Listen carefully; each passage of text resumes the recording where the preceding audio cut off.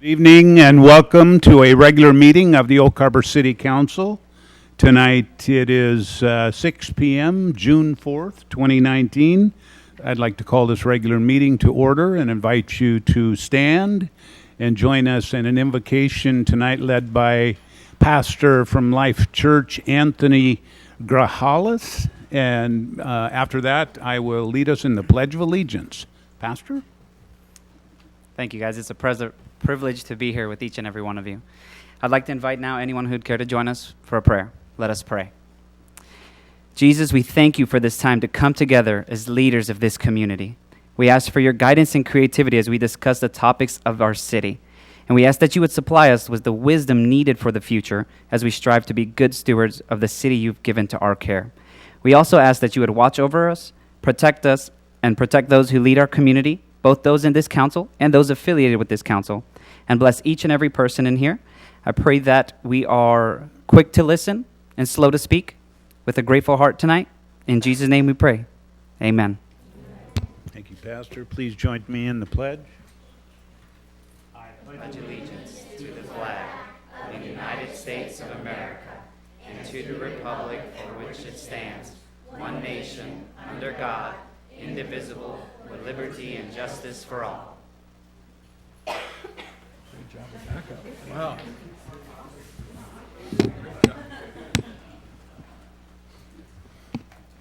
Well, good evening again. At this time, we'll start the agenda, and then we'll have a special presentation here at the beginning of our meeting tonight. We have one council member absent. Councilor Heisen called me and is not feeling well, so I would entertain a motion for her. Yes, Mayor Pro Tem. I move we excuse Councilman Heisen.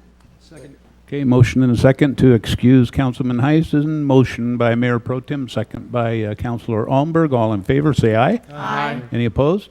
Okay, that passes unanimously. So let's go quickly to the agenda.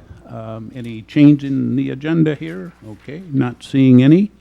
We will accept the agenda as presented and move on to what I think is going to be fun here. And it started off with our Pledge of Allegiance. I could hear a different sound in the audience tonight, and it was a welcome sound with the students joining us from Ms. Fakama's fourth grade class from Hillcrest Elementary School. And I think we're going to have a little recess here in a few minutes, but before we do that, for the special recognition, I would just like to say that the council, the staff from Oak Harbor, and I recognize the students and the staff from Ms. Fakama's fourth grade class from Hillcrest Elementary School as the winners of the Windjammer Splash Park naming contest.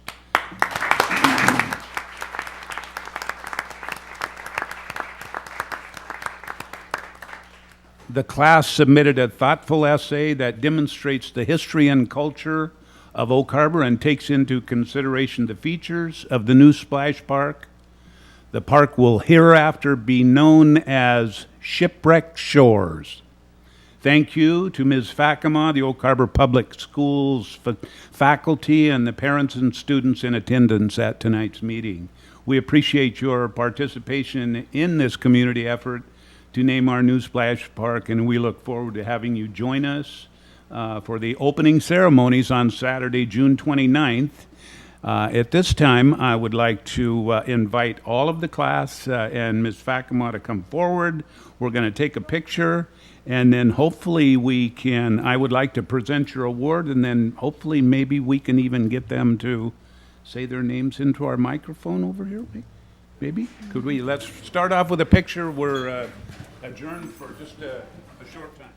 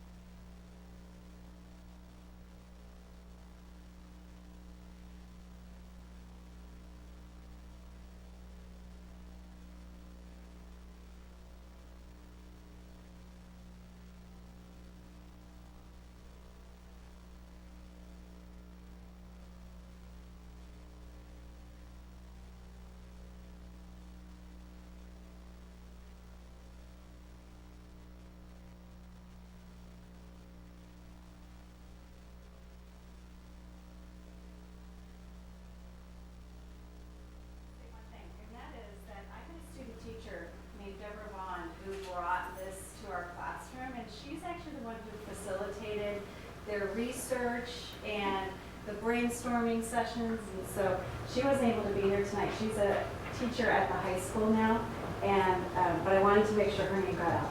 So we all appreciate Ms. Vaughn and the work she did. But it's all their work, all their ideas.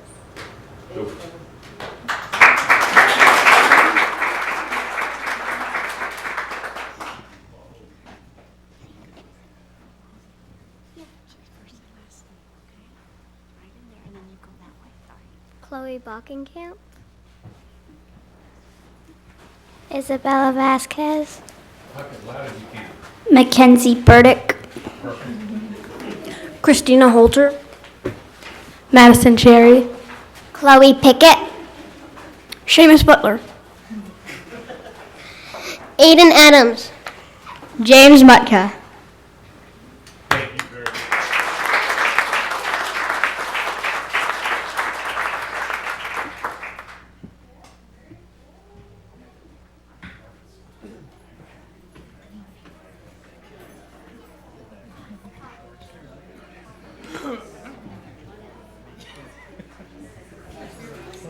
That's right.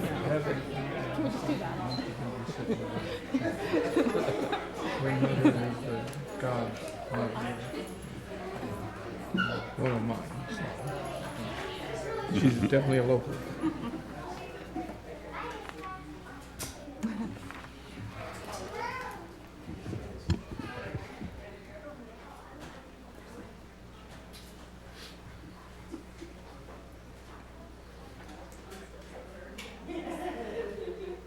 Okay, we'll reconvene then at this time.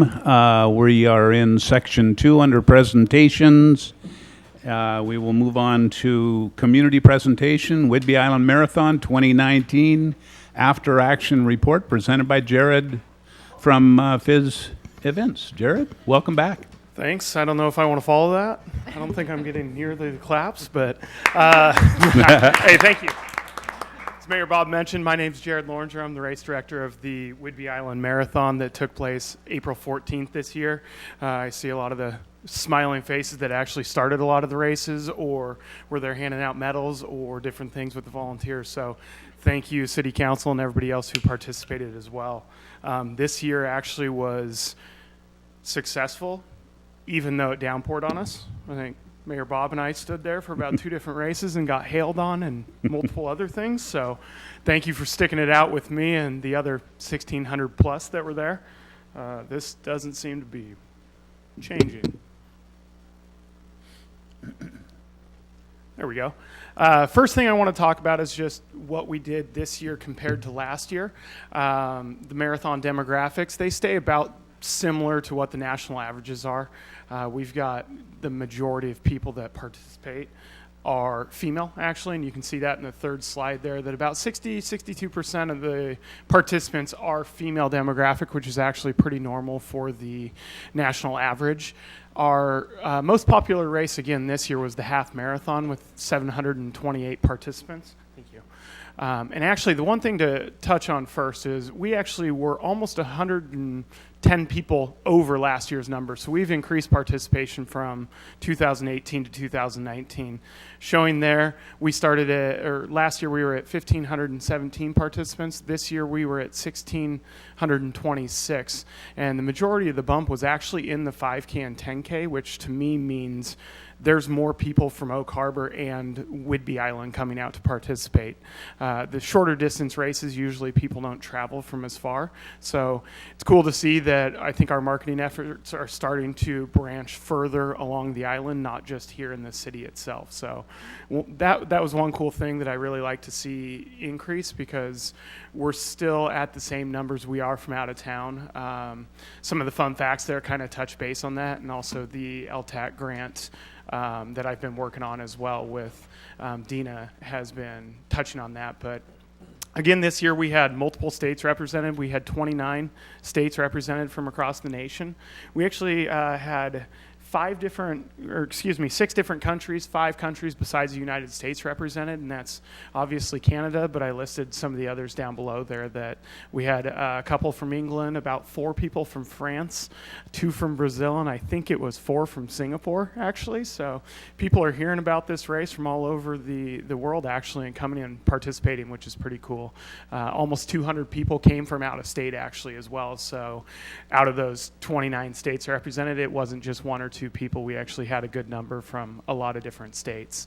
And then another number there that kind of sticks out to me is 306 different postal codes. So we had people from all over Washington, people from all over Oregon. We had almost, I think, 5 or 6 of the provinces from Canada represented as well. So it's cool to see that we are getting a little more national recognition, both from the Whidbey Island Marathon itself, but also our partnership with the Salish Sea Series, which includes 4 other marathons here in the Washington area.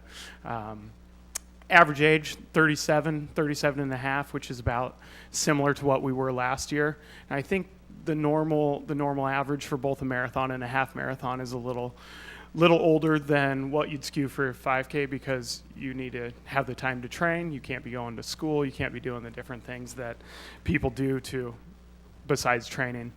I showed this similar page last year as well. It's the participant buzz. It's the compliments or the complaints we hear each year after the race, and the easiest place to voice those is to put it on Facebook and let everybody read about it. So all these, we didn't have any negative complaints this year. We get the same complaint or 2 complaints every year, and it's, can we get sunshine? Can we get rid of the wind? Or can you get rid of the hills? All of those I answer with no.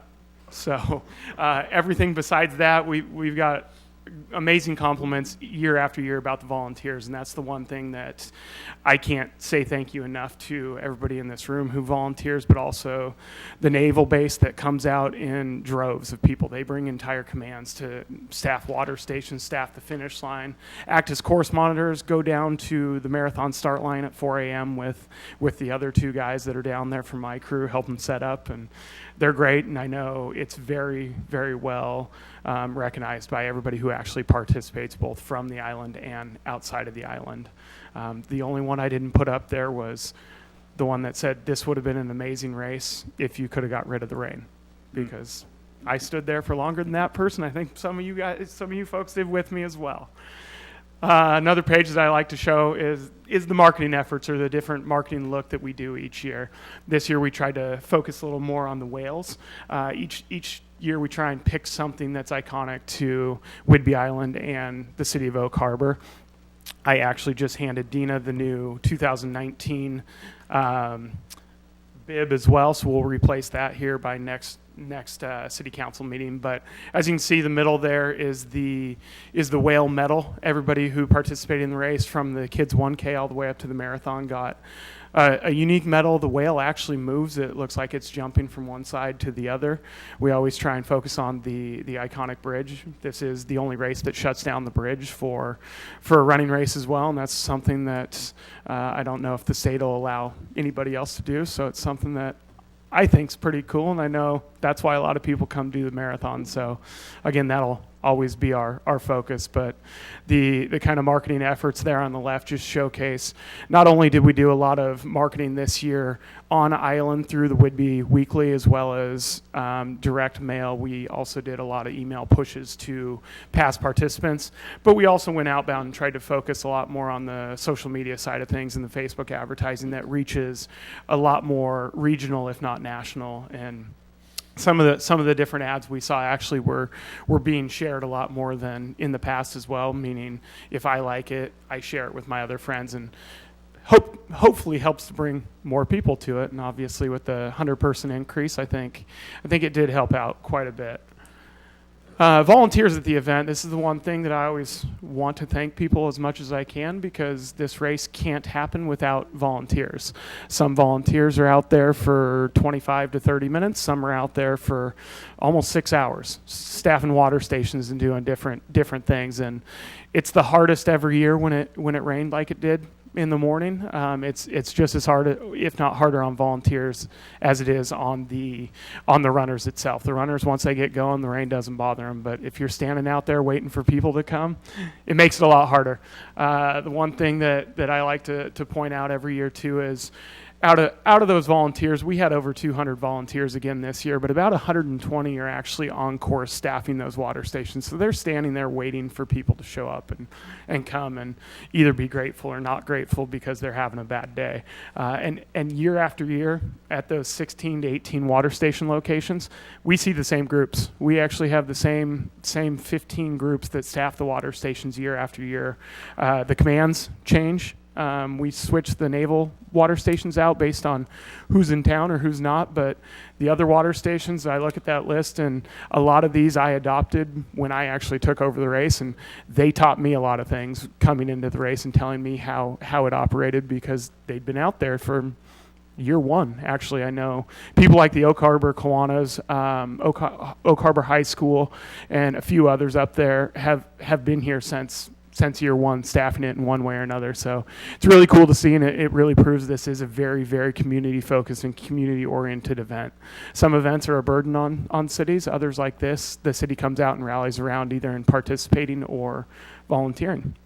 I think the next one actually is kind of dedicated to most of you in this room. So thank you for coming out like you always do. Thank you for helping me start the race. Thank you for manning the kids race or passing out medals or doing the different things that you do.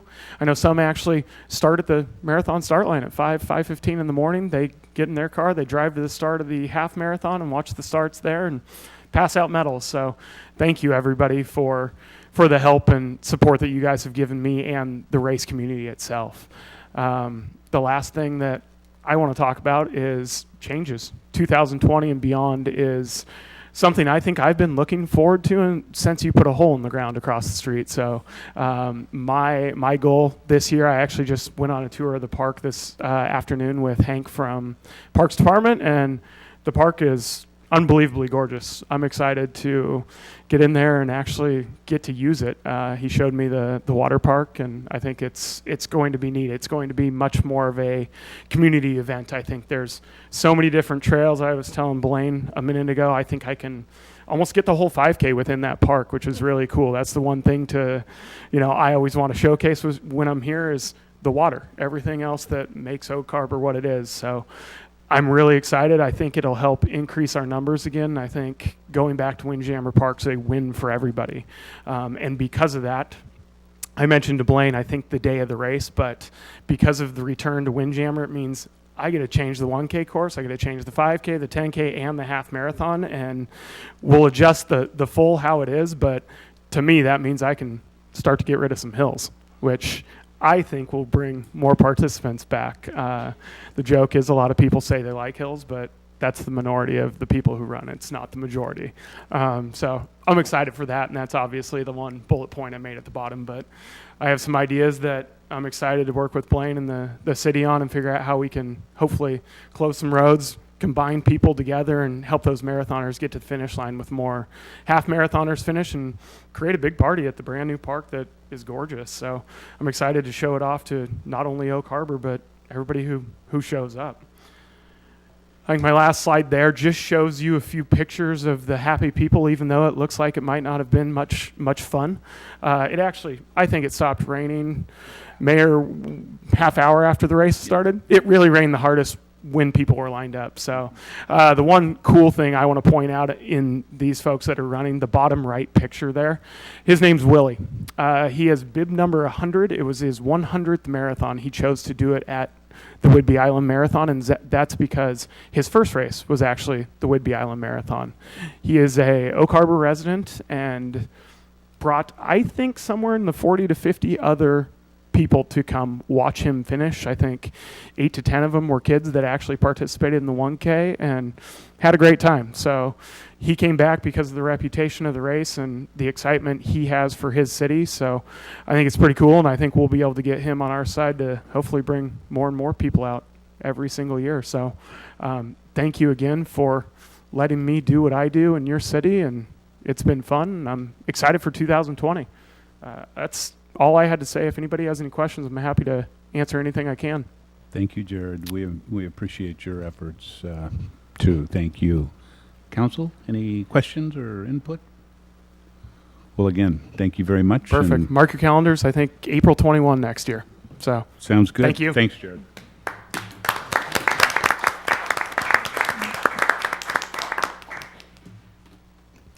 Okay, we'll move on to section number 3 on our agenda.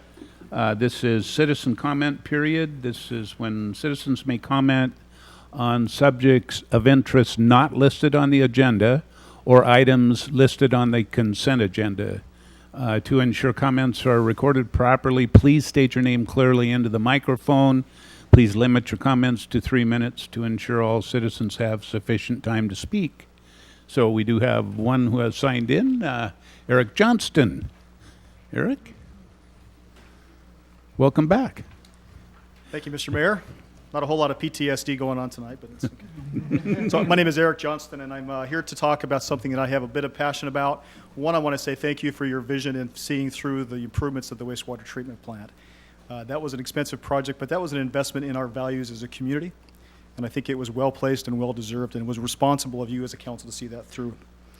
My topic tonight is the next thing that I see you have an opportunity to have a vision on, which is the Transportation Benefit District. Now, this is not a district board meeting tonight, but you're all members of that board. And so my request is that you have the same vision with that benefit district as you have with the wastewater treatment plant. And put that vision not towards cars, not towards trucks, but towards people. And that as you consider the Transportation Benefit District, that you make investments in people, which is investments in sidewalks and bicycle lanes. The roads never spent any money. Roads don't develop communities. People develop communities. People enjoy and need places to be people, which is sidewalks and bicycle lanes. And as you put that transportation benefit district to the voters, and I would encourage you to do that as a sales tax, not as a license tab, but put it to the voters and give them the opportunity to say yes to something that they will have value in, which are sidewalks and bicycle lanes. In my profession, I have a little bit of involvement with that. And in my career, the number of times people called to complain about the surface condition of a street, I could count on maybe one finger. But the number of times parents or people or friends have called to say, I want a sidewalk to get from point A to point B, or it's not safe to feel comfortable riding my bike, I don't feel comfortable taking my 12-year-old on the street, is innumerable. I guarantee that if you talk to staff about that, come the second week of September, the phones will be ringing off the hook saying, I don't have a sidewalk to walk to school.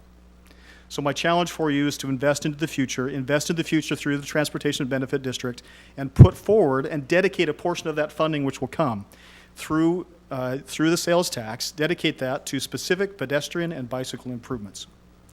Don't take that lightly. We in other places have been able to leverage that dedicated funding source many, many times over. So a small investment of the city, if it's $900,000 total revenue, a third of that dedicated to pedestrian infrastructure and bicycle infrastructure could be magnified and multiplied 10 times over with grants that come from state and federal agencies with a dedicated funding stream and a consistent dedicated plan and list of improvements. And specifically and strategically following through with that.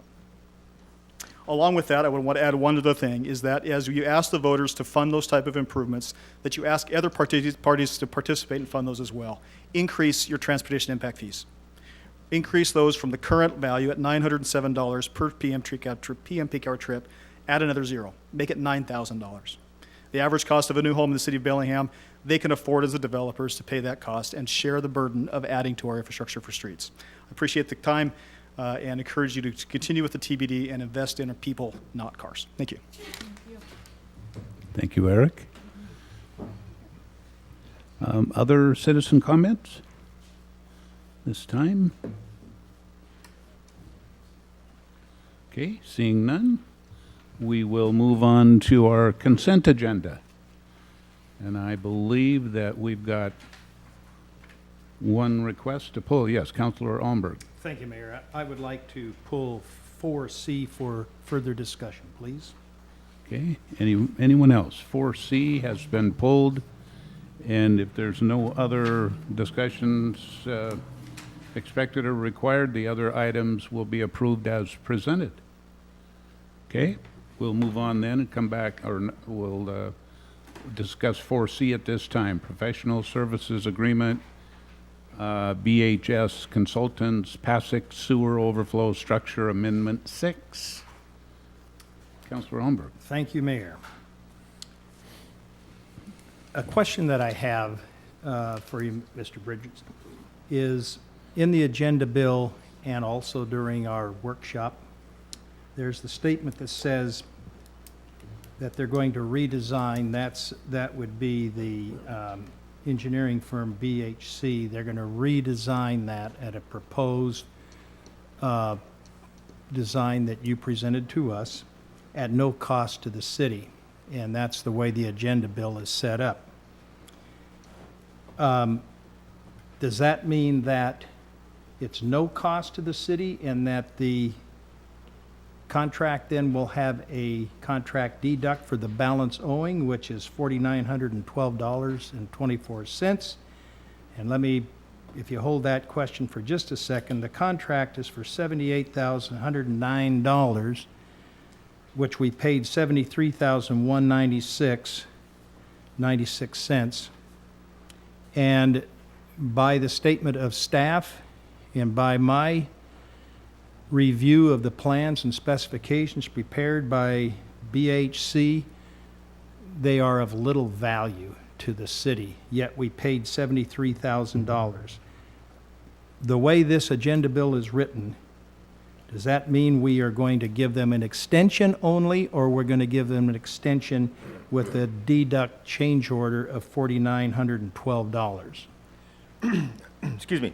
So in our conversations with BHC, we made it clear that we were dissatisfied with the performance of the contract terms and negotiated a no-cost contract going forward. They will complete the design, provide, design documents, bid documents as we need to make the repairs necessary to the passing vault. There would be no additional cost to the city. We paid them the $73,000 plus that you mentioned. They will not get another dime out of the city, and that's what we have negotiated with them.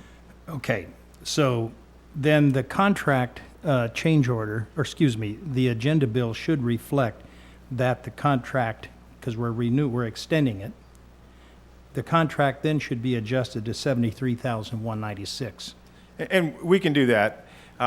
We just didn't do it at this time around. This is just an extension in time. It is an agreement that I made with Mr. Davies, one of the managing partners of BHC, that they will forego any future claimants of payment on this project. And so I did not make the adjustment in the agenda bill, but I'm not expecting any bills. If those bills do come to my desk, they will not get my signature for payment, and there will be immediate phone calls to them. I don't expect them. They have been very receptive to our request to redesign, and we are working with them today as we speak. So. Okay, and I really appreciate your efforts on that too. For the purpose of dotting i's, crossing t's, then I would like that our recommended action reflect what the final contract will be after we make this decision to extend this contract to December 31, 2019, because it's not written that way. Right, and if I may, if we extend the contract today, because it expires June 30 this year, we extend it today, I can come back in July with that new contract amendment to take it down to the current balance paid. Okay, very good. Thank you very much. I will support this then. Thank you, Mr. Bridge. Thank you. So do we need a motion and approval of it now? Yeah, okay. So is that a motion to approve item number 4C Well, I as think the presented? other council members would like to okay. chime Certainly. in on this too. I'm Plus, sorry. there's a public. Councilor Servades. Thank you. So are you thinking you want to bring back then contract amendment number 7, just changing, I'm looking at page in the packet 47. Are you thinking, Mr. Almberg, then that maximum payable amount you just want reduced? And do you want to do that, bring back an amendment number 7 then? Yes. I believe that's what Mr. Almberg is That- requesting, and I don't have a problem with that. That was so. my end goal. Yes. Okay? Thank you. Any other council input? So do we need to take action? Okay. Councilor Servadius.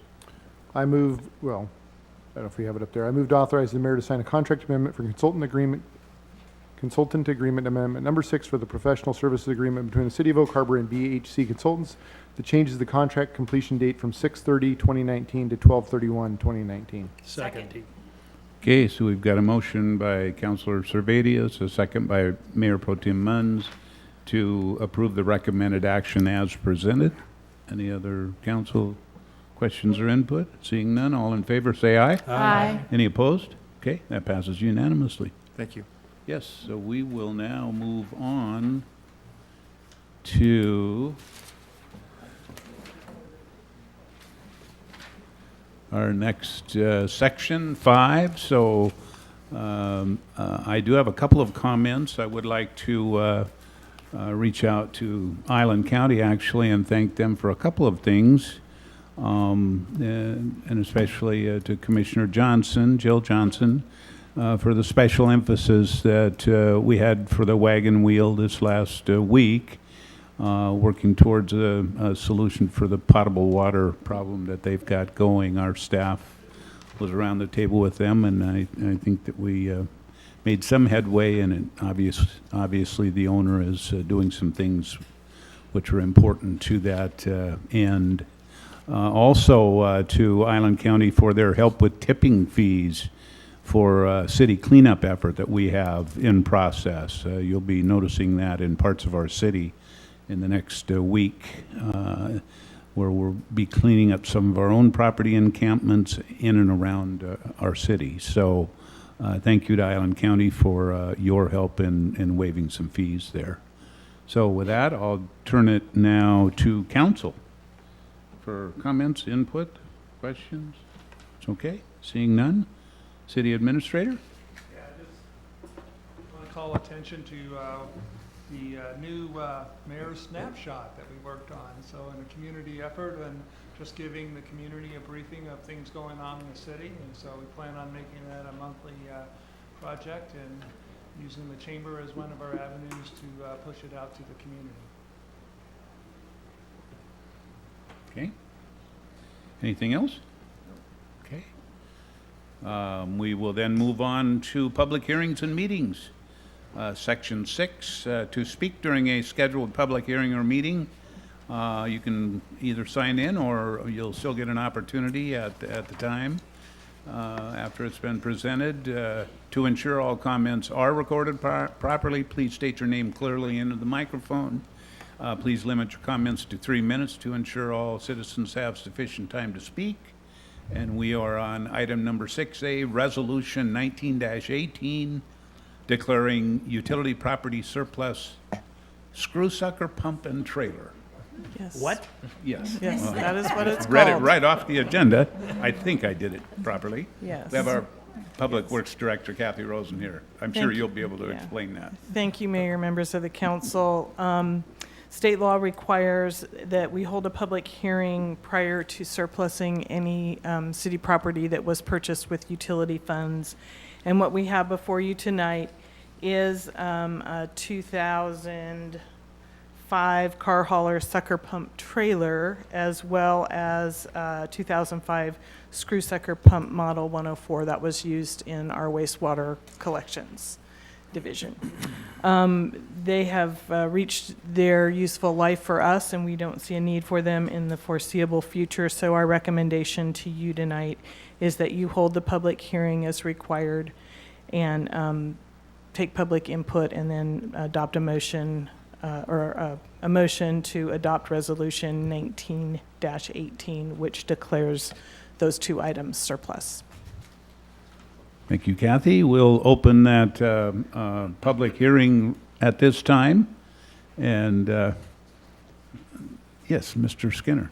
Kristen Skinner, I live in Oak Harbor, and when you mentioned a screw sucker pump, being an attorney, I couldn't help but think that perhaps I should be bidding on that. But, that's all I have to say. Should we surplus you? Thank you. Anyone else? Public hearing. Okay, seeing none, we'll bring that back to council. How do you want to handle? Yes, Councilor I have a Holmberg. question. Ms. Rosen, could you explain what that machine does? Well, perhaps the easiest thing is to explain how it's recently been used. When the Navy had a lift station failure, they used that pump and some of our piping that we lays on the surface to pump from the lift station to the nearest manhole. So that's what it does.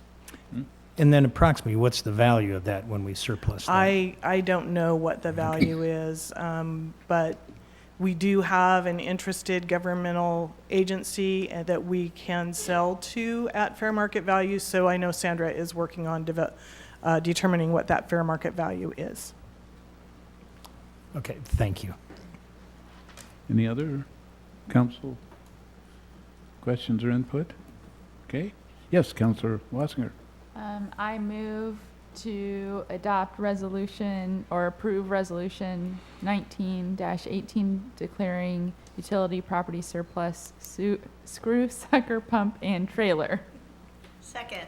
So we have a motion and a second to adopt resolution number 19-18 as presented. Motion by Councillor Wassinger, second by Mayor Pro Tem. Any other input or questions? Seeing none, all in favor say aye. Aye. Any opposed? Okay, that passes unanimously. Thank you. Okay, moving on to item number 8. No items under 7. We are on to 8A, and that is interlocal agreement with Oak Harbor School District School Resource Officer for 2019-2022 school years. We have our police chief, Mr. Dresker, Chief Dresker. Welcome.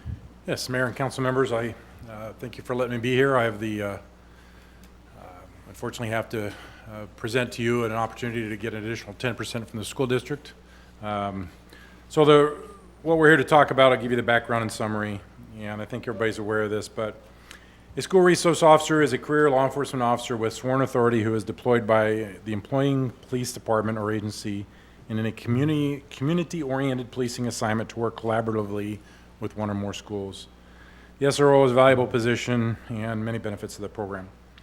The City of Oak Harbor and Oak Harbor School District have worked together to assign an SRO in local schools in Oak Harbor for many years. In 2008, the school dropped their financial contributions, and then in 2018, they re-entered into a contract with us to provide 50% for funding for an SRO. And after some communications with their superintendent, they have agreed for the next 3 years to provide 60% rather than 50% of our SRO costs. Just to make sure you're aware, on the initial contract, we didn't address a specific school, and I don't know if you've all had the chance to read this, but the school is the Clover Valley campus. The school district actually maintains a home connection school and a hand-in-hand learning center at Clover Valley, which is actually located within the county. We were providing services for them because that was kind of overlooked a little bit, so we just provided those. But as we talked about it, we wanted to put it in a contract, so that's kind of part and parcel. That's the other kind of change to this. So we'll provide SRO services up to the point where we can. Law enforcement authority and anything that lies outside of what our SRO feels comfortable or what we feel comfortable providing is still the responsibility of the Island County Sheriff's Department. And so the recommended action is to authorize the mayor to sign the interlocal agreement with the school district, and this is for a 3-year period of time, 3-year contract. Okay, before we take it to council here, see if anybody from the public would like to discuss this or any part of it. Okay, seeing none. City Council, questions? Yes, Councilor Servadius. Just one comment, if you'd pass along to Officer Hoagland, my regards. I saw him in the office there. I was picking up my son, and on the way out, I asked my son if they know who he is and if kids interact with him. And they said, yeah, he's very personable, and that kids do know who he is. So keep up the good work.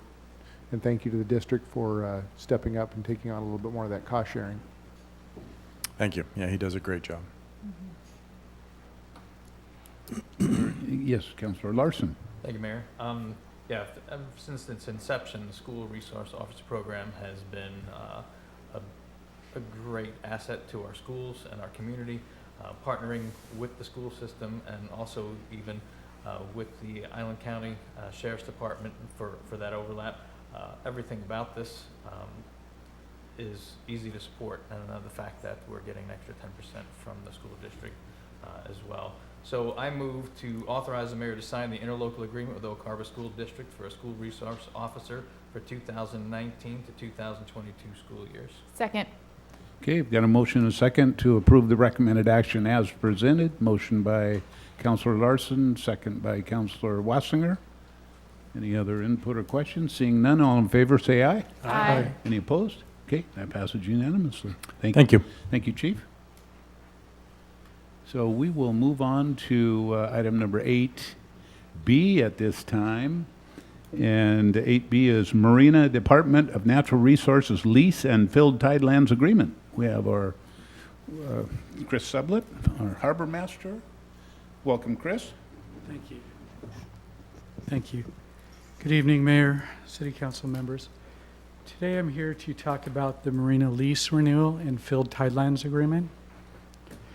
What I'm really seeking is a motion authorizing the mayor to sign the DNR lease renewal and the DNR Filled Tidelands Agreement.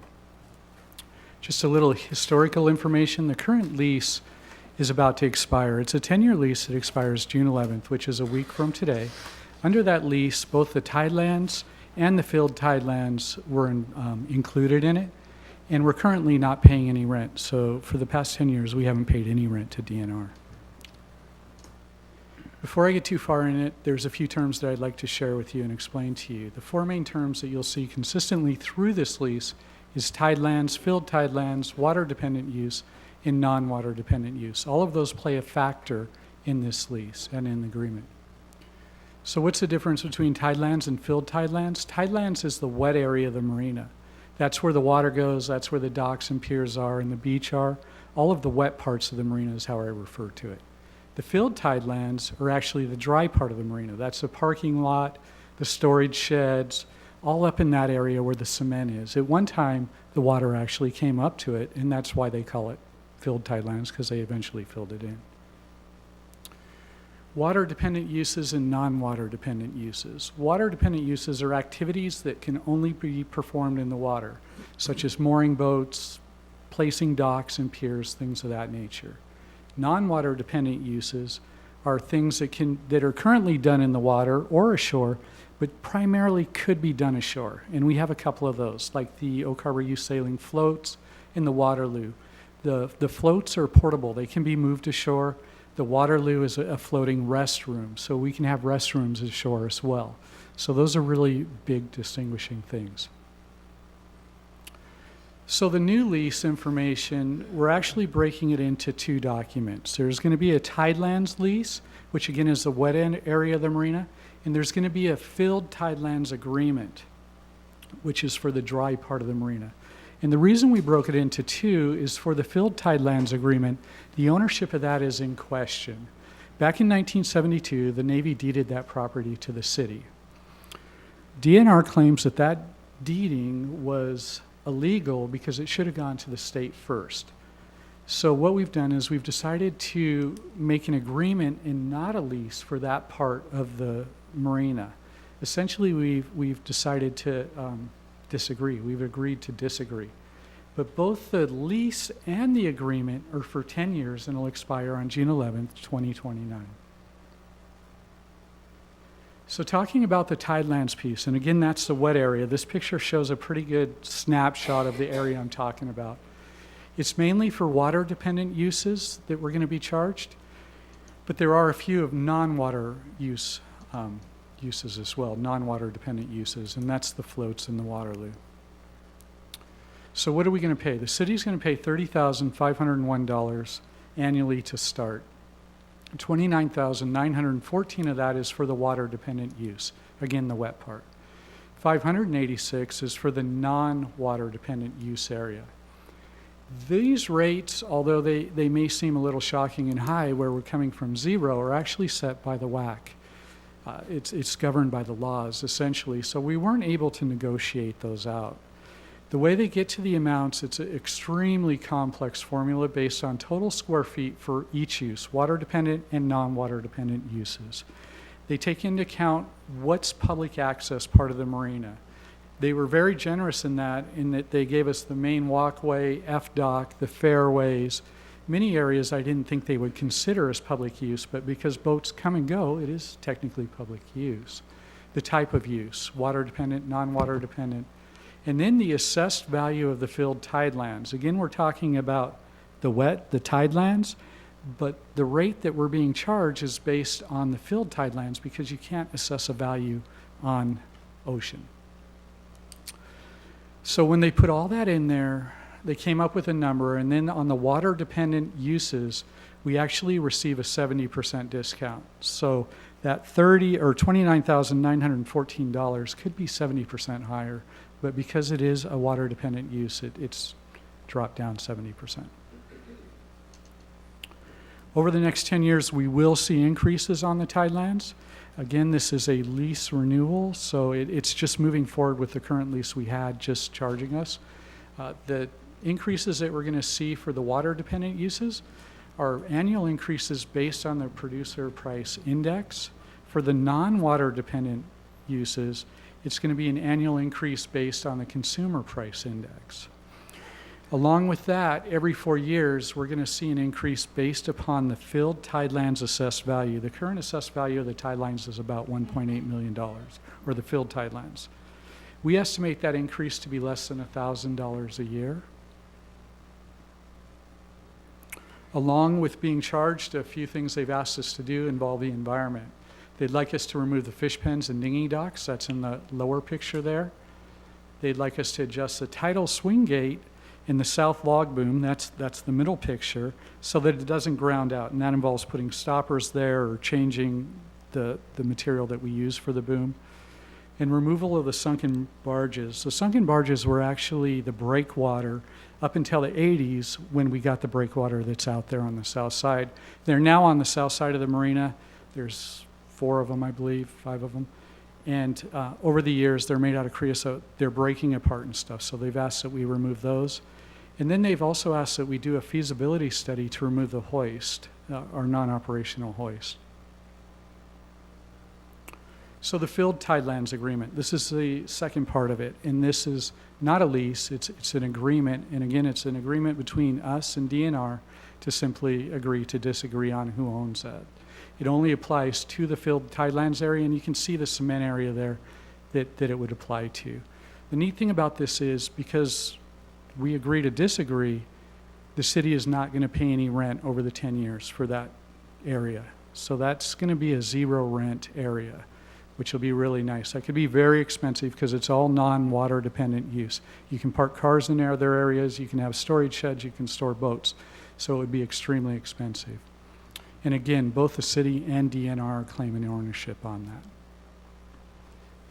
So with that, the recommended action is a motion authorizing the mayor to sign the DNR lease renewal and DNR filled tidelands agreement. Okay. Thank you, Mayor, Council. Kristen Skinner again. I live in Oak Harbor. I've been a marina tenant since 1983, and I want to urge you to approve this agreement. For the last 10 years, we have been in a much better situation than we expected to be for the next 10 years. Thanks to Senator Mary Margaret Haugen, she was able to negotiate a lease with DNR that did not require payment in any manner. There was a discussion at that time about the fact that port districts received a benefit in not having to pay DNR lease fees, where cities, there's only 2 cities, as you know, that have marinas, were being treated differently for no identifiable reason. So Senator Haugen, with the help of some others, managed to make that deal for us. But when we were first being advised about what could be happening, the cost to the marina tenants, which, as you know, are the supporters of this enterprise fund, was going to be 4 or 5 times what we're talking about today. I want to thank Mayor Severance and Harbor Master Sublette for the hard work they've put into negotiating with DNR, getting down to Olympia, talking to them endlessly about a number of conditions that they wanted to include. And as you may have heard, we may have some additional funding from DNR to help us improve the upland area of the marina. And so good things are happening down there, thanks to the hard work of staff and mayor and people that I know are interested in the marina who are on the council. So I just want to say thank you, and I urge you to approve this particular resolution. Thank you. Okay, anyone else? Okay, seeing none, we'll invite Mr. Sublette back and council. Yes, Councilor Wiesner. Mr. Sublette, I know this has been on the horizon for a while. We knew this lease was coming up, and we knew that there was a potential for a huge upswing in this. And so I just wanted to clarify, it looks like you've got this well covered in your budget out of the operating rentals and lease, and it's going to be self-supported. Yes, very much so. Great, good job, thank you. Thank you. Councilor Olmberg. Thank you, Mayor. Well, first of all, I also want to thank you, Chris, for all the work that you put in this, and to the mayor. I know there was a lot of negotiations going on with DNR, and maybe 5 years ago, I actually went to Olympia and found how Yes. difficult DNR is to deal with. And Yes. maybe this is going to smooth things out a little bit. But did they give us, is there a timeline when we have to respond to the in-water removal of certain obstacles there? It is spread out over the next 10 years. It's a phased approach. Each item does have a date. The first one is by the end of September 30th, we're going to remove the fish pens and the float. Then moving forward, there's another year or two where we have to do the next thing and the next thing. The big thing is of the barge removal and the feasibility study are many years into this, 6, 7, 8 years out. So it's possible they could fall into, another big project that we may be doing down there, which would make them more affordable versus just a standalone project. And then I want to emphasize again, for the benefit of people viewing this, that the cost of operating that enterprise fund, that is the marina, is paid for by all the ratepayers who moor their boats down there, store boats along the fence, have storage. It is an enterprise fund. I wish there was another way that we could do this to really improve that, but we're making progress. Thank you very much to everybody that worked on this lease.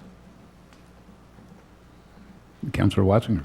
Yes, thank you for all the hard work. I see there's a lot of tenant requirements in the agreement.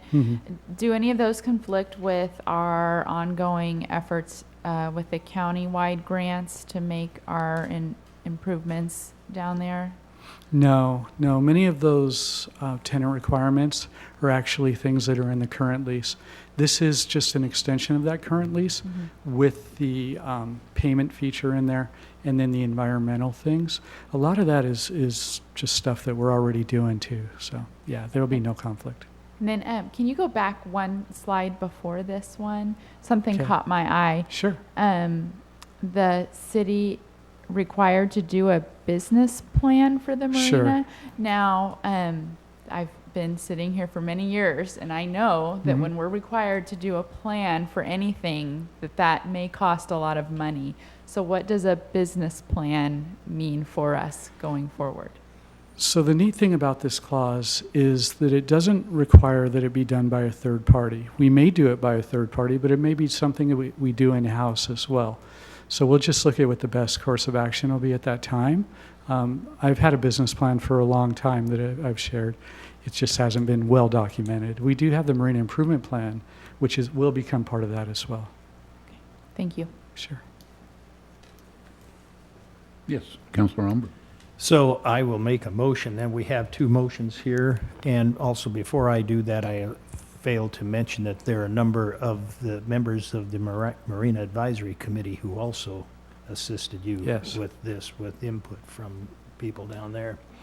The first motion is a motion to authorize the mayor to sign the Department of Natural Resources, the DNR lease renewal. Second. So we've got a motion and a second authorizing the mayor to sign the Department of Natural Resources DNR lease renewal. Motion by Councilor Olmberg, second by Mayor Pro Tem. Seeing no other questions or input, all in favor say aye. Aye. Any opposed? Okay, that passes unanimously. The second motion, if I may, Mayor, a motion to authorize the mayor to sign the DNR filled tideland agreement. Second. Okay, got a motion and a second authorizing the mayor to sign the DNR filled tideland agreement. Motion by Councilor Allenberg, second by Mayor Pro Tem. All in favor, say aye. Aye. Any opposed? Question. Oh, I'm sorry. I should That's okay. should have asked. Just going to vote for, just a little bit of a sidebar, the sign down there that says at the bottom there's a tagline, acquired from the federal government or something? Yes. I'm just curious, why is that on there? That was actually, that's an interesting thing. That was a sign that was required when it was deeded to the city. So it's always remained there because we believe that we own the property and we're following the rules put on us at that time. I know this is a quite new sign, but still has that language in it. It's been there quite a while. It's just been hid by the junipers. We just cut the Okay. junipers back, so, yeah, Right, thank you. sure. Okay. Thank you, Mr. Sublett. Thank you. Okay, we will then move on to item number 8C, Professional Services Agreement, Herrera Environmental Consultants, Goldie Road Stormwater Retrofit Project. We have our city engineer, Jim Bridges. Thank you, Mr. Mayor and City Council. So tonight, bring to you the agreement that we have negotiated with Herrera Environmental Consultants for the Goldie Street Stormwater Retrofit Improvements. Let me see how to work this thing here. Might need some help. Which one?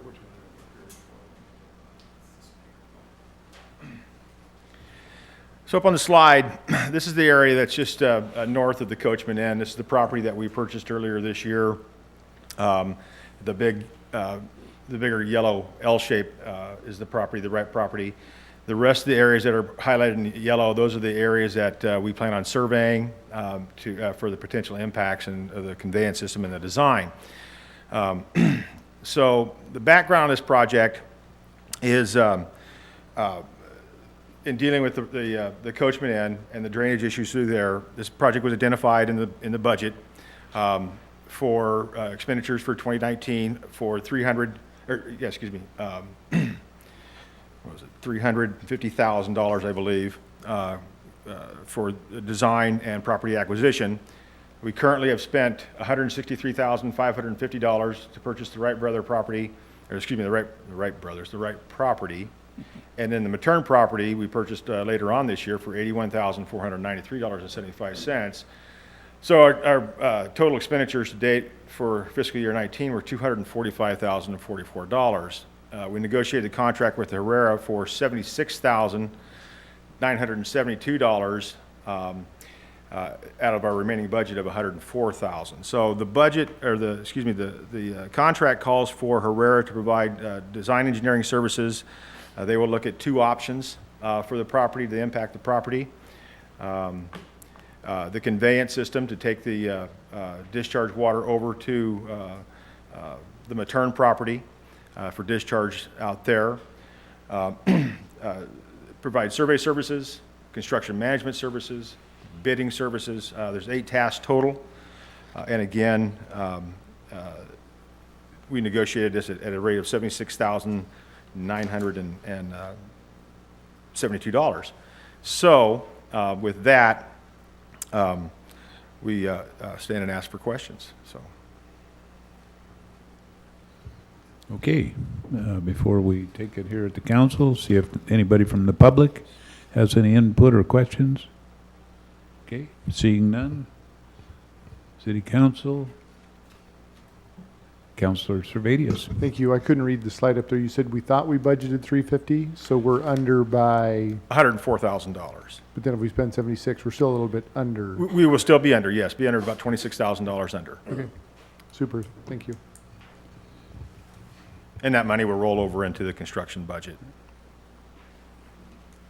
Councilor Servadius? If there's no further questions, I move to authorize the mayor to sign a professional services agreement between the city of Oak Harbor and Herrera Environmental Consultants in the amount of $76,972. Second. Okay, we've got a motion and a second. The motion is just as it is in your packet under the recommended action. Motion by Councilor Servadius, second by Councilor Larson. Any other input or questions? Seeing none, all in favor, say aye. Aye. Any opposed? Okay, that passes unanimously.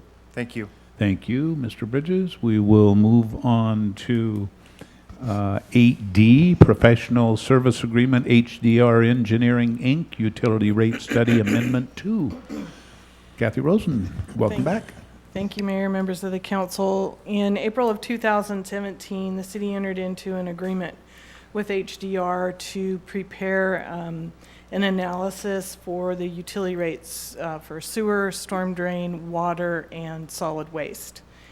That contract was amended in October of 2018 to extend the expiration date to June 2019. The purpose of the study was to ensure that the utility rates as well as our park impact fee funds are balanced and account for our upcoming expenses, including capital. And it takes into account our population projections, estimated inflation, anticipated operating expenses, capital projects, staffing, overhead, and some other considerations.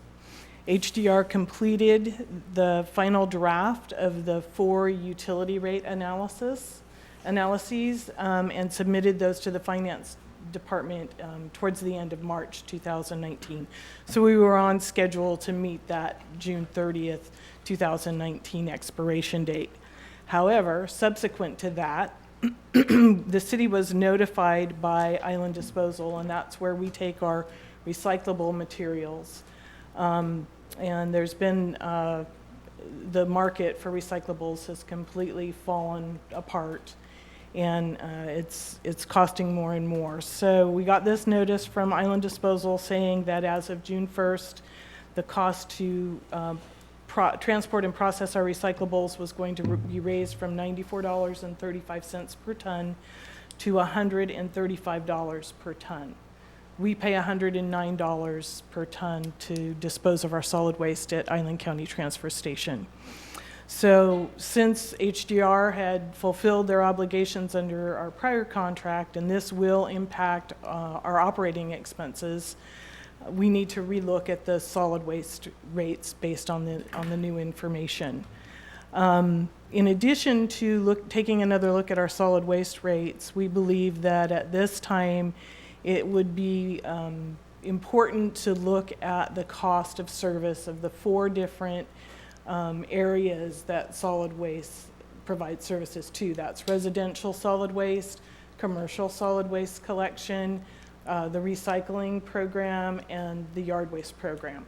So the proposal before you includes an analysis of a couple different alternatives. One, if we were to continue the recycling program as we currently are, just paying $135 a ton to transport and process it, or we could look at, or we are going to look at treating the recyclables as solid waste and disposing of them at $109 a ton.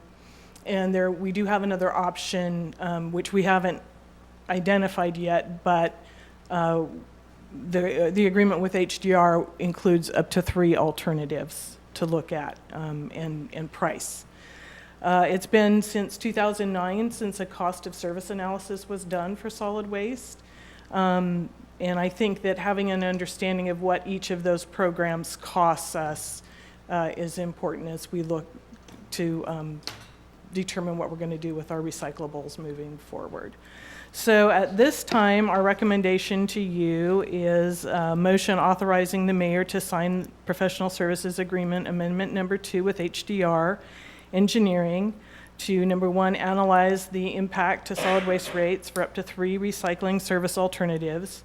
2, prepare a cost of service analysis for the 4 different programs that the Solid Waste Division provides. 3, extend the expiration date of the contract to December 31st, 2019. The cost of this amendment is $12,000, thereby increasing the total contract cost to $60,050, with the funds, the $12,000 coming out of the solid waste fund. And I'm available for any questions.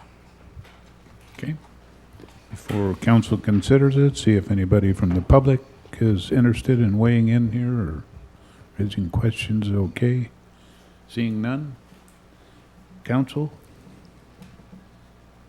Questions? Councilor Servadius. So you anticipate, you set up to 3 options. I know when this first, you introduced it, I think, at a workshop. Yes, I and there was did. an article on, I don't remember if I read the online version of the Whidbey News Times, the Facebook version. It was always, it's always very interesting to read the comments and see. If you folks don't do that, I highly encourage my peers to do that. Maybe you shouldn't. At any rate, if we go from 94 to 135, assuming, I mean, that's per ton, so I'm trying to think about how much I recycle, and I recycle a lot. They'll break out those options that, hey, if the citizens want to continue recycling, it's going to be approximately X. Yes. Whatever Yes. that is, $1 a week, $2 a month, I don't know. Yes. Okay. I look forward to those numbers. As I think Mrs. Wassinger said, anytime we have to come up with a plan or a report or a study, it costs money, obviously. But I think that's something that'll be good to have the options and try and get some feedback and see if people, I would hope they would want to pay or would be willing to possibly pay. It's not anything we're making money on, but pay for that increased cost in recycling to keep doing that. But they may not want to and become solid waste. Thank you. Councillor Wassinger. I too agree. I did say that sometimes I know these plans do cost some money.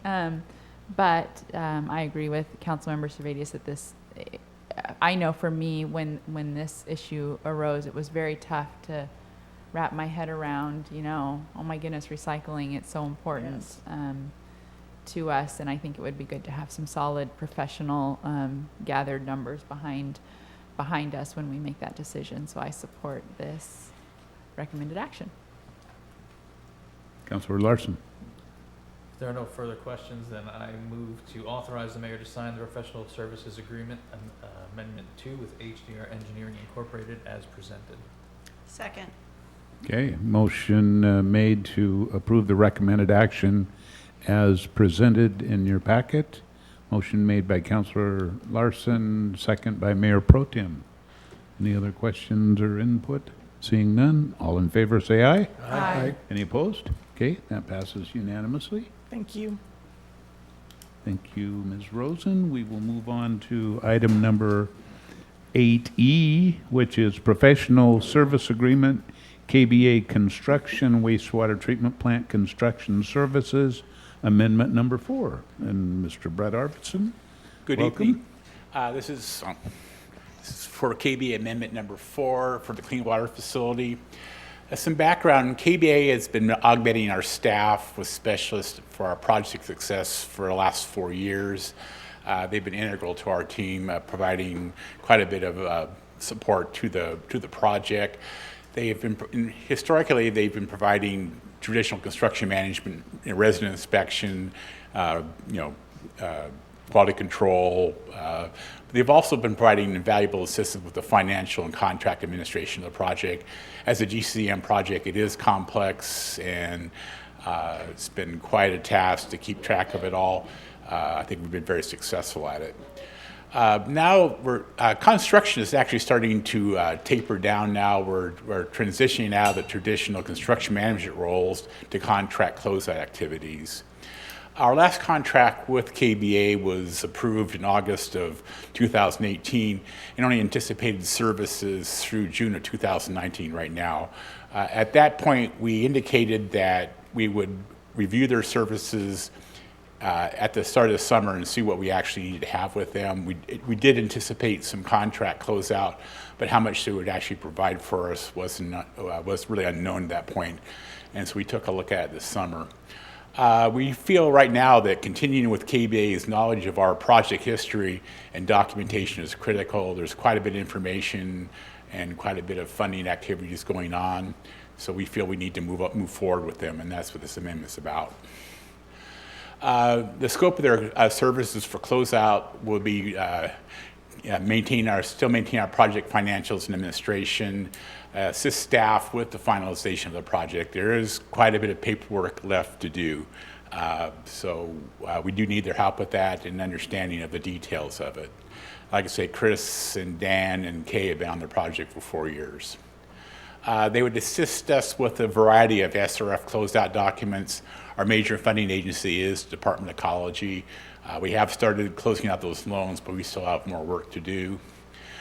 Major task is our subcontractor closeout and retainage release process. We have 50 to 100 subcontractors on this project, and we have an extensive amount of legal process to go through with them, and it's quite a bit of administrative work. So being able to do that is going to be quite cumbersome. We have quite a few audits left to do by RCW and our funding agencies, and We've had a good track record with the audits, and we want to continue that as we move forward. We have a lot of final project funding and reporting requirements from various things. Also, we have some other ancillary activities, like with the Navy negotiations. Understanding of our numbers is quite critical to us. And they'd also assist with the administration of our GCM agreement. The project is, while it's winding down, is not finished, so we still have some things left to do and some lingering issues that we'll have to work through. So anyway, their contract extension is for $100,000. We anticipate part-time use of key project staff through March of 2020, probably 1 to 2 days a week. Be Chris Bailey, Kay Adams, and Dan Williams. Like I say, they've been on the project for 4 years now. With that, we'd recommend that the City Council authorize the mayor to sign contract amendment number 4 with KBA in the amount of $100,000, increasing the total contract amount from $4,161,700 to $4,261,700. Questions? Okay, before we do that, see if the public has any input or questions. Okay, seeing none, we will come. Yes, Mayor Pro Tem. Thank you. This is a question for our finance director. She follows the money. Yes. So down here, you have a appropriate source would be the REAP 2 fund. So we've pretty well used up our funds. Well, the intent was when we started looking at this is a growth-related project, and it's also in our CIP. We have money in REAP 2 that could be utilized for these last couple things that are needed. That way it won't affect the ratepayers, and it won't affect the general fund, because those are the 2 other sources besides that could have been used to fund this. Okay. Just a comment. I think it's smart. KBA has done us right, and we've passed all our audits, and they're up to date, and let's not switch the horse at this point. They have kept us in line. So Yeah, they have that. Smart move. Yeah, they have that specialized knowledge for the certified payrolls, all of the reporting requirements that DOE requires for the programmatic reporting. Chris and Dan have been very pivotal. Finance could be trained, but I would like to keep them on for the continuity.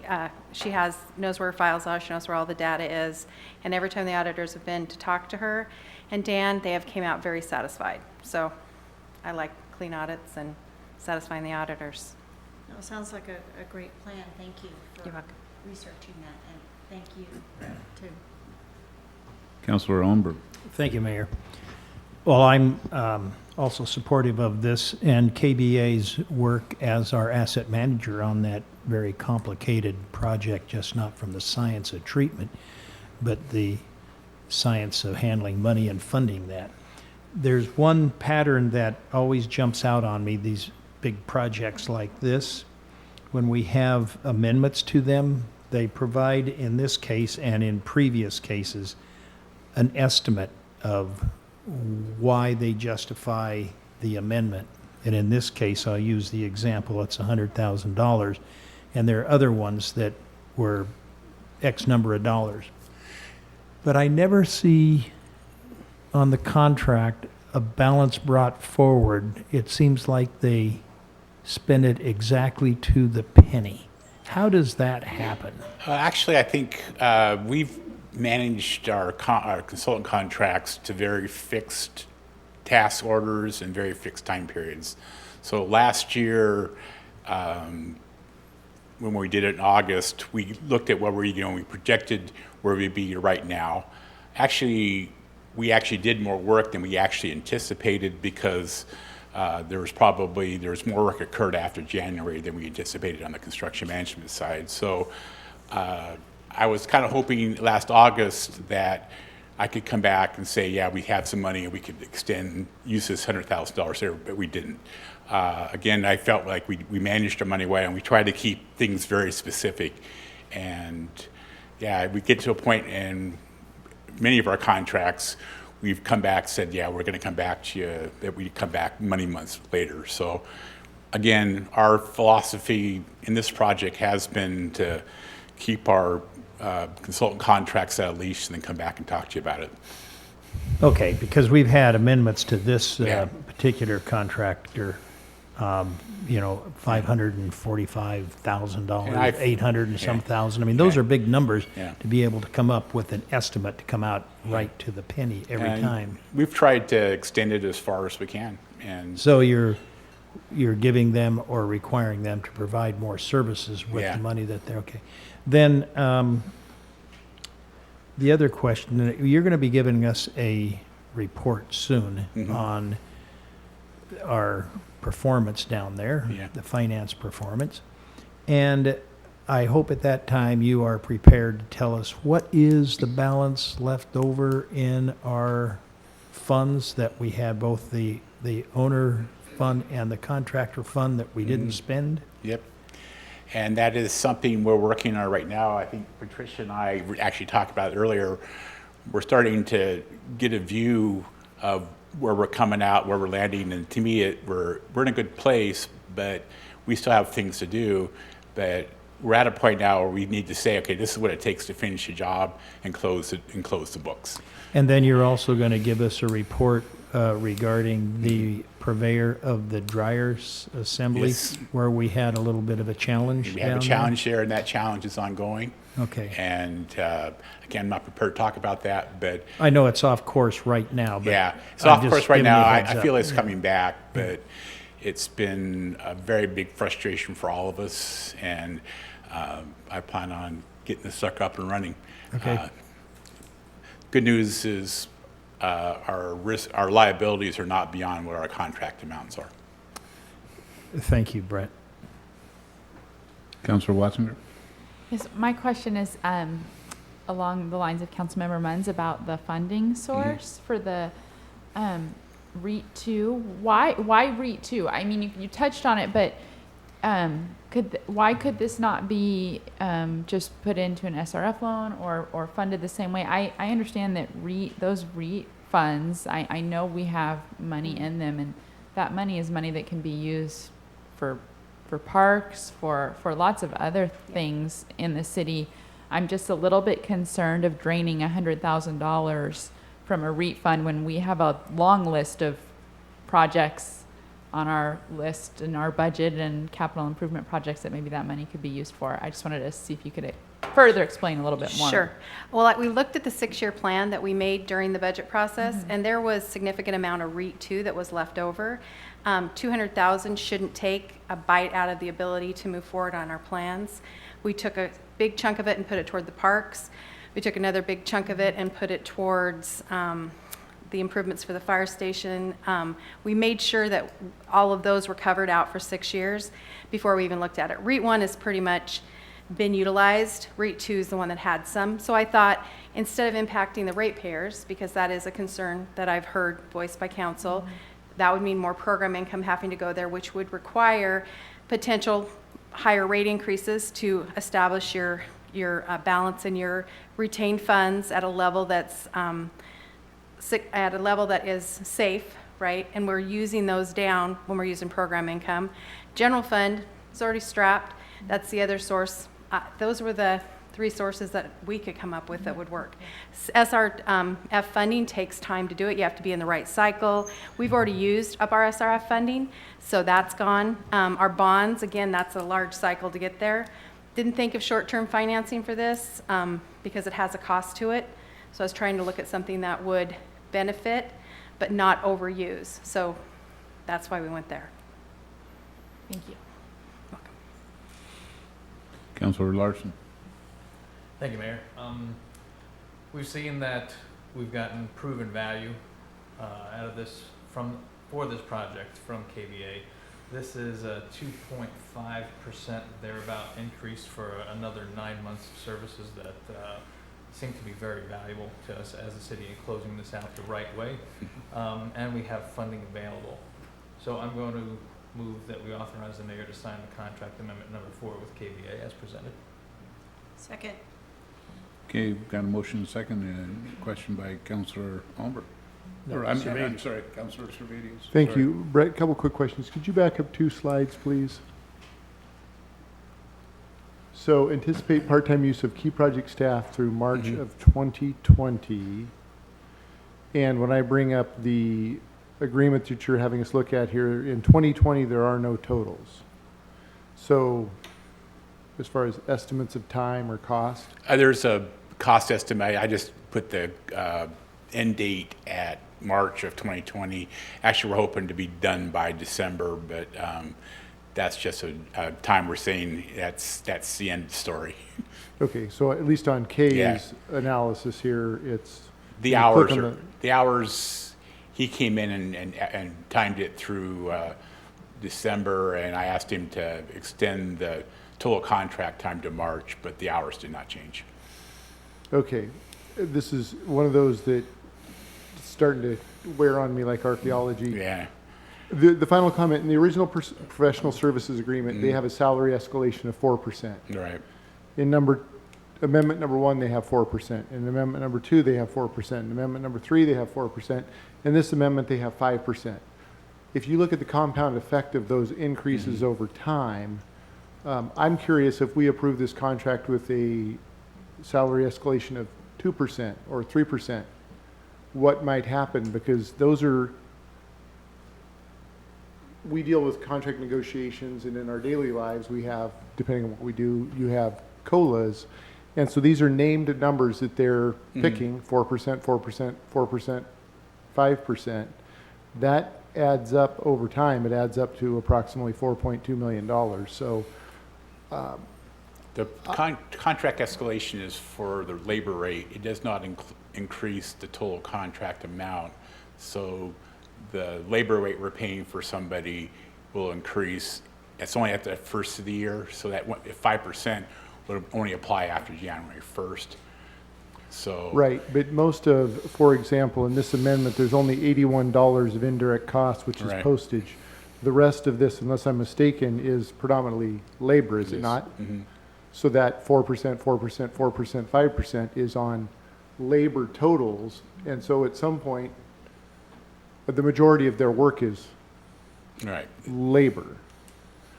I mean, I'm looking at, they're all hours with dollar amounts attached Yeah. to it. So it just kind of stands out to me that, I mean, I wish I could pick a 5% or a salary adjustment or salary escalation. I mean, that's the term, is salary escalation. So if I move to approve this contract with a 3% salary escalation, I wonder if they'd be willing to sign that, so.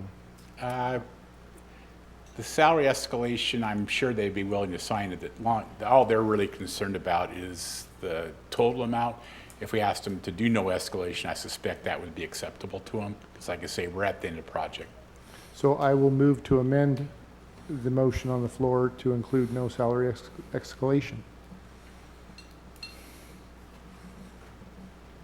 Second. Okay, so we have a motion to amend the recommended action, and a second. And any questions?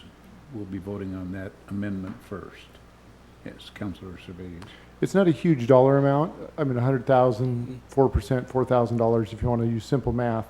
It's just, as I watch that trend, as we fought so hard on this project, and you guys have been diligent, when I went back and reviewed these contracts, it just stood out that it's a fairly healthy COLA every year that they get to choose for themselves. So I'll support the amendment. Any other questions before we vote on the amendment? Yes, Mayor Pro Tem. Mr. Harrison, so if this amendment is approved, then if they don't agree, you'll just be back to see us the next meeting and say it didn't go? Yes. Okay, all right. We I can suspect. try. We can try. I suspect there won't be any argument about it. Like I say, we're very much at the end of the project, and most of our hours are going to be burned by December. And so it's only on the salary hours that we spend after January 1st that escalation takes effect. So if we have 800 hours and we spend 790 of those by December, so the escalation will be only in effect. So I don't think KBA is going to worry too much about it. Okay, thank you very much. Okay. Are you clear on what we're voting on? The amendment to exclude any salary escalation, right? Okay. All in favor, say aye. Aye. Any opposed to the amendment? Okay. That passes unanimously. So now we would need to approve the recommended action, or at least discuss it next. It'd be a motion to approve the amended motion. Okay, that's what I meant to say. That's right. A motion to approve the amended motion.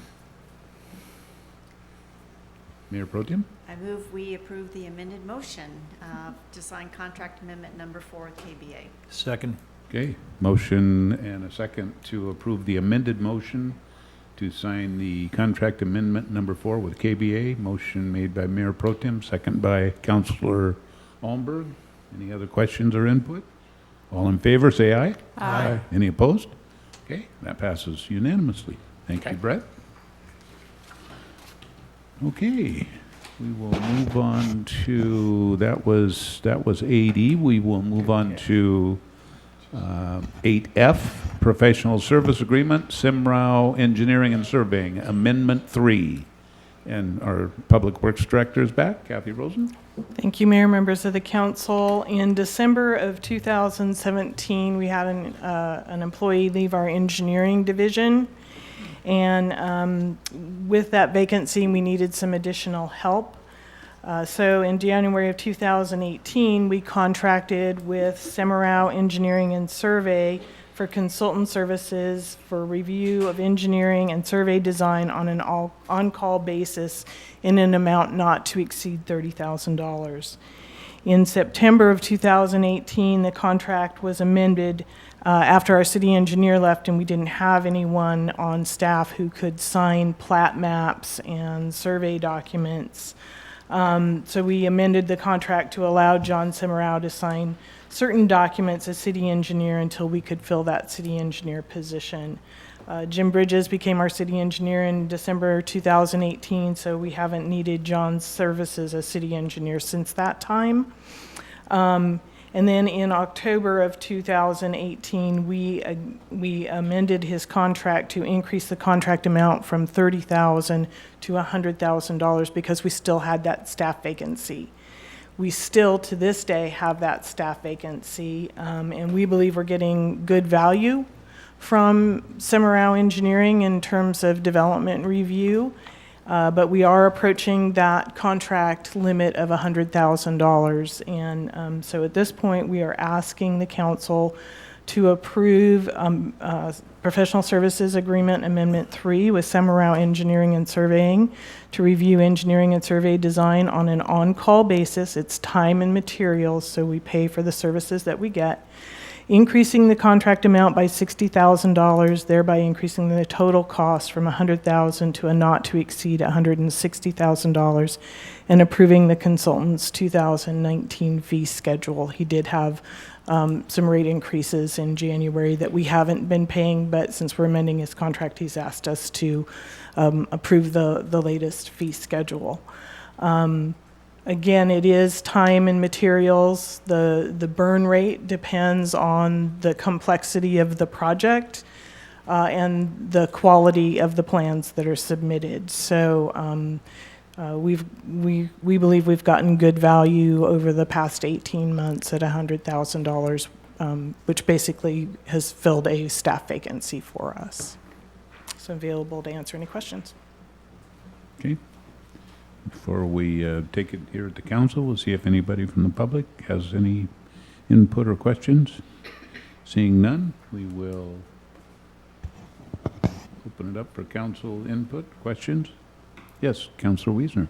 Thank you. Ms. Rosen, $60,000, how, I know it's all based upon the burn rate and stuff, but I mean, doing the math, looks like we've gone through roughly $70,000 in 8 months.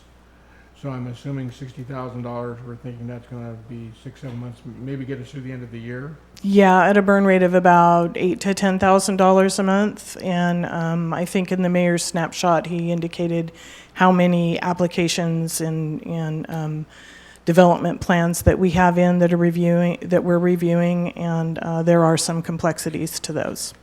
And is by having this outside firm that's available for us on an on-call basis, is this allowing us quicker turnaround, slower turnaround times on those projects?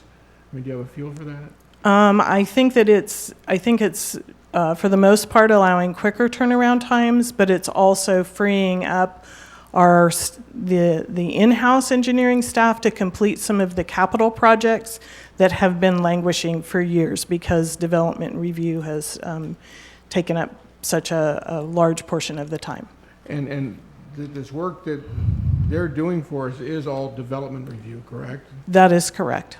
So we're burning through between 8,000 and 10,000 a month in development review. But that is really less than what the fully loaded cost for an employee would be. All right. Thank you, Ms. Rosen. Councilor Almbert. Thank you, Mayor. Ms. Rosen, on the consultant's fee schedule for individual rates, that's in our packet. Primarily, are we looking at the senior design engineer for reviewing and stamping plans to assist our department? We are looking at the principal, John himself, does a lot of those reviews for us. Some of his senior staff, but he does, I believe he does push some of it down when he can to the lower level staff. A lot of them are surveyors and secretarial service and stuff Yeah, like but that. he may push it predominantly- down to a project engineer. Yeah, okay. Versus a senior. Thank you. Okay, yes, Councilor Servades. Thank you. I'm trying to do some quick math here because it's not in print, but it's, the rates are a little more comparable to a normal COLA, I think, from when we started. Question, do we ever go out, and I appreciate if you guys say, hey, we need this, it's helping catch up on any backlog. Do we look at other firms as well? I don't want to get stuck with just a firm. I'd like to keep them competitive and proactive and. Well, I believe that we should be looking at what we want to do with this long term. We've had this vacancy since December of 2017. I believe during budget discussions there was a thought to hire a development review engineer in the development services department. And so I think we need to look at all of those options as we near the end of this year and the expiration of this contract. We can go out and do a request for qualifications and consider hiring a couple different firms. We actually did hire another firm, at the same time we contracted with John Semrau. That was for $30,000, and we were, they struggled with our code and applying that to development plans. Okay. So. No, I appreciate that. One other question, that I've heard a term, I think it's engineering by submittal, is that the term? Or No, engineering it's design by review. Or design by review. That was the term I was trying to remember in my head. How, and so for the public, I guess, what that means is someone scratches something out, turns it into our staff. Staff goes through comments on all the things that need improvement or basically designs the project. How do we ever, is there a way to account for that? I mean, when we look at these hourly rates that we're looking at, if someone is not turning in well-engineered, well-thought-out designs, do we as a city just absorb that cost and a lot of red ink to give them the answers? I mean, obviously we want to be, we are in the service industry and we want to help in every way we can, but I'm worried sometimes there might be a lot of work that's happening in your department that should have been done beforehand, before it got to us. There are times when that happens, and we get, when Semrau submits an invoice, it is by project. So we know what each project is costing us in terms of his review.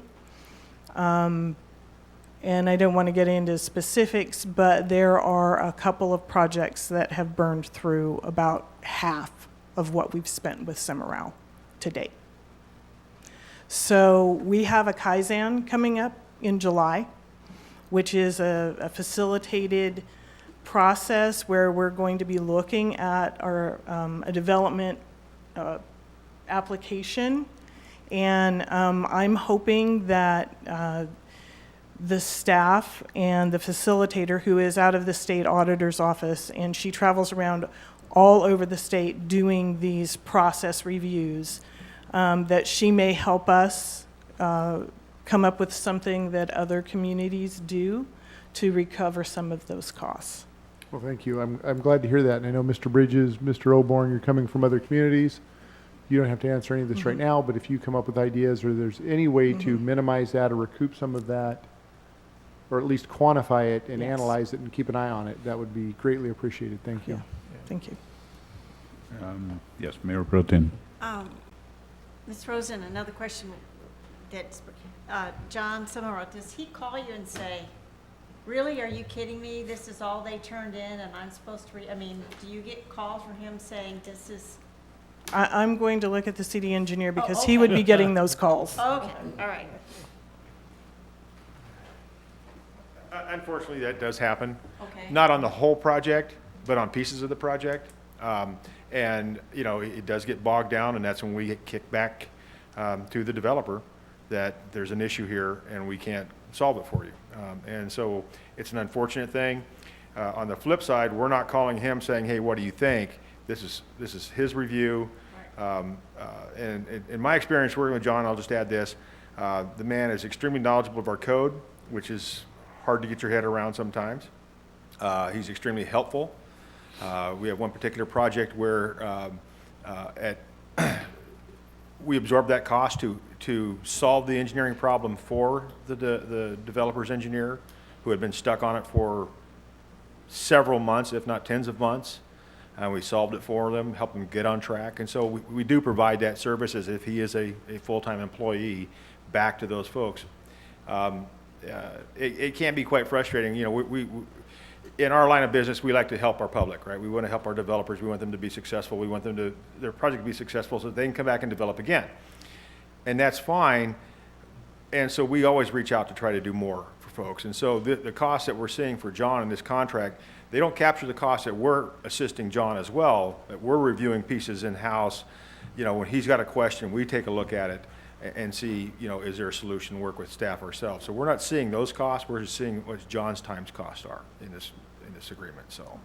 I just want to be sure there was an agreement that he knows he can call you and say, this is so incomplete, we need to give it back or do whatever. I just want to be sure there's an understanding, you feel comfortable, and there's a trust between, in a sense, our two companies working together, the city and, okay. Thank you very much. Yes. So I wanted to say one thing, and I think Mr. Oborn does too. We've got a couple of projects that are complicated projects, and I know that our staff feels frustration, and the complicated parts aren't always just between the developer and their engineers and our staff. Unfortunately, the state of Washington is oftentimes involved. And in the one particular case that is maybe the most frustrating for everybody, that's been going on for months, involves State Department of Transportation, also involves State Department of Ecology, and then a very complicated stormwater process. And you know, not only because of that particular project, but we've had concerns. And staff is, I think, looking forward, as Ms. Rosen said, to the Kaizen study, and the state of Washington will be coming in July to do that. We had hoped to have that done before July, but it got postponed, but it will be coming in July. We hope to all learn something there. So, Mr. Oborn, did you? Yeah, just a few points updating on some of the concerns here. We're up to 9 projects in the planning process right now for over 506 units. So we've got a lot of activity coming in now. So Mr. Bridges talked about the training a new person coming in, and we kind of view this as temporary. We haven't made a long-term solution with this, like Ms. Rosen talked about. We're still evaluating the issue of bringing it back in-house, but it seems to be working really well right now in the interim, so we want to continue with that, but we'll continue to do that. We talked about costing, and I don't think we're ready to increase the revenue, but I think it'll dovetail well into the performance review Kaizen project that we have coming up, and at that time it'll give us an opportunity to look at it. And we certainly are concerned from the staff level with making the rates approximate the cost it costs us to do the evaluation of projects, and that's something we'll look at in the future when we talk about it, when we dovetail that into the project. Council, questions, additional? Councilor Servadius. Thank you, Mayor. If there are no further questions, I move to authorize the mayor to sign the professional services agreement, amendment number 3, with Summerau Engineering and Surveying as detailed in our packet. Second. Okay, we've got a motion and a second that reads like the recommended action in the packet. Motion by Councilor Servadius, second by Councilor Larson. Any other input or questions? Seeing none, all in favor say aye. Aye. Any opposed? Okay, that passes unanimously. Thank you.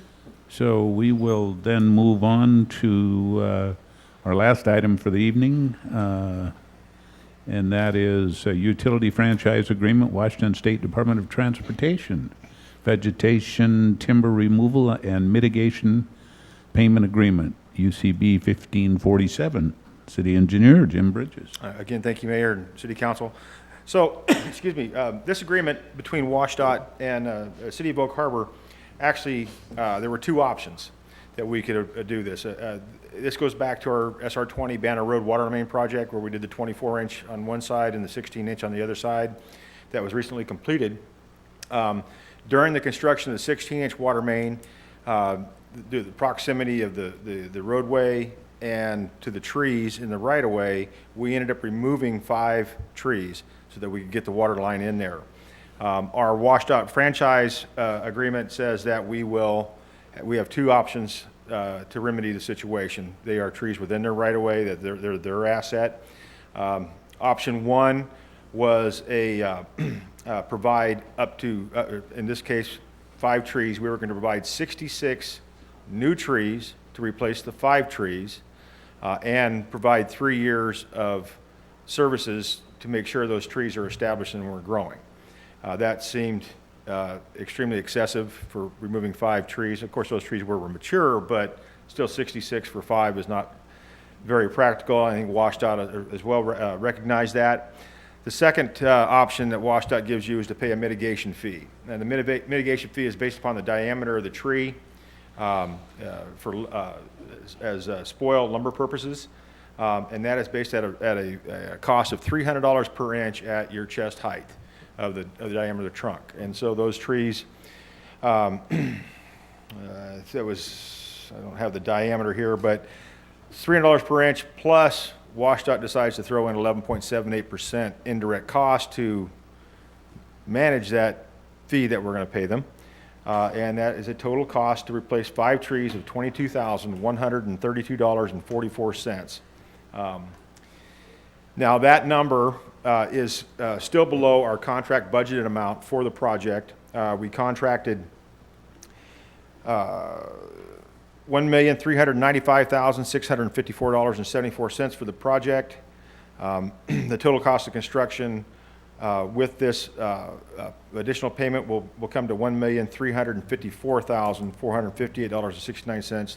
So we're still $41,196 less than we contracted for the actual construction of the project. So it is within the budget.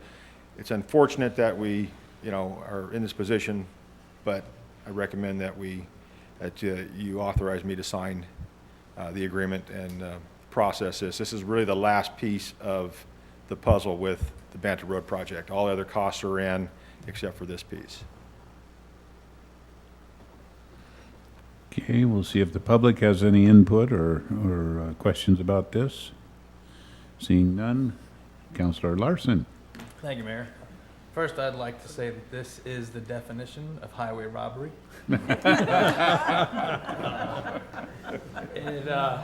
doesn't seem like we have much of a choice here. I mean, it was one or the other, 66 trees, and then maintaining those trees and ensuring their viability, because if we're gonna plant them, we wanna ensure they're viable anyway.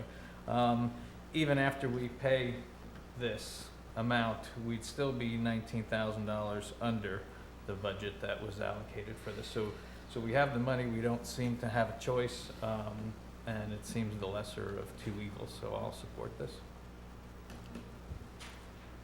And if Counselor? there are no other questions or comments, Well, I guess we do have one here. Counselor Alber. That this balance of about $19,000 is not the final balance because we have to maintain these trees for 3 years. No, that was option one. Option one was to plant 66 trees and maintain for 3 years, or option two was to pay $22,000. We're paying the $22,000. We're paying $22,000 we're and out washing the our door. hands of it, so. Counselor Larson or Counselor Wassinger? Did we know that that we were gonna be charged this when we removed the trees? I mean, I'm not like upset. I just am wondering if was a known going into it of the project. It's listed on the permit. Oh, okay. That if we do impact, then this agreement is triggered. Mm-hmm. But the cost is unknown because the size of the trees is unknown, Okay. so. Oh, that's right. Okay. Yeah. I just going forward, it may cause a pause Mhm. when we think about cutting down a tree. I mean, I know it sometimes is that you have to do it, but Right, and it's certainly a lot of money. It and- wasn't so much the trees as it was the root zone, Yeah, so. of course. All right. Thank you. Counselor Servadius. Quick question. I do agree with Councilmember Larson's original comment wholeheartedly. Granted, we don't want to deforest the entire planet. We need to replace these. But just for my education, we've seen second, third, fourth growth replanted areas where they've become, they're just lodgepole pines, way too thin. They need thin so you can have proper mature trees. Do we know what happens if they do plant 66 trees with our 22,000? Do they go back in later and thin that so those trees grow? It's their right of way, I would think they would. Okay. You know, a long time ago when you could buy trees through the Forest Service, I don't know if you can or not, when you ordered a tree, they sent you two for replacement, right? Because the growth was 50%. And I don't know how they come up with 66 for 5. It's just mind-boggling, so. Oh, we got a formula in there, the DBH. All right. Go ahead, Mr. Larson. Counselor Larson. I move to authorize the city engineer to execute the utility vegetation timber removal and mitigation payment agreement, agreement number UCB 1547, in the amount of $22,132.44. Second. So we've got a motion to approve the recommended action, the motion and second, as it reads in your packet. Motion by Counselor Larson, second pretty slowly by Mayor Pro Tem. Seeing no other questions or input, all in favor say aye. Aye. Aye. I think that would be unanimous. Any opposed? Any opposed? Okay, that would be Thank you. unanimous. Thank you, Mr. Bridges. So that concludes our regular meeting, and I believe that we're going into a session that I'm going to let our attorney, has labor relations or something. Is that correct? Yes, sir, union negotiation update and strategy session, and so we will be going into closed session after the meeting. So we won't reconvene? No, sir, it's not an executive session, it's a separate meeting. Okay. It's a closed meeting. So then this meeting is adjourned okay? Yes, sir. Thank you. We gotta go find somebody.